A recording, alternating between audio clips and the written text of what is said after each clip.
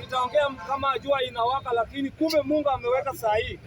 Nasema ya kwamba Ruto ni two term, upende usipende, kwa sababu asubuhi na mapema Monday mpaka Saturday kuna wanawake na wanaume wanafanya kazi zaidi ya 5,000 wakitengeneza reli, wengine wanatengeneza affordable house.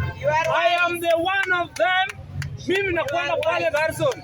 Na wacha niwaambie, flat imeenda ghorofa ambayo inabeba ghorofa 4 na siku 600, alafu hawezi jengwa na contractor moja, hawezi jengwa na mtu moja, alafu nyinyi unatangatanga, unarandaranda. Una kijana ambayo Raila alipewa akachukua steel wire akapanguza mdomo na kichwa, anaitwa Sifuna, ati mimi ndio Sifuna.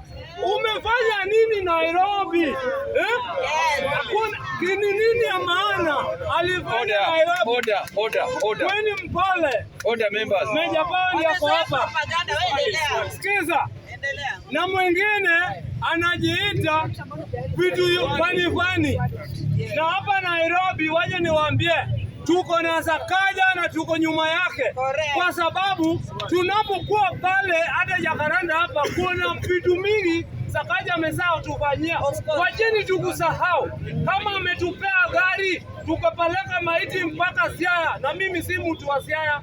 Si alifanya kazi na kajaza mafuta na akatupea dereva na gari ikaenda na ikarudi pamoja na 200,000. Alafu saa hii wengine wanaweka swali enda uliza watu wa kwenyu na watu wa nyumbani kwenyu.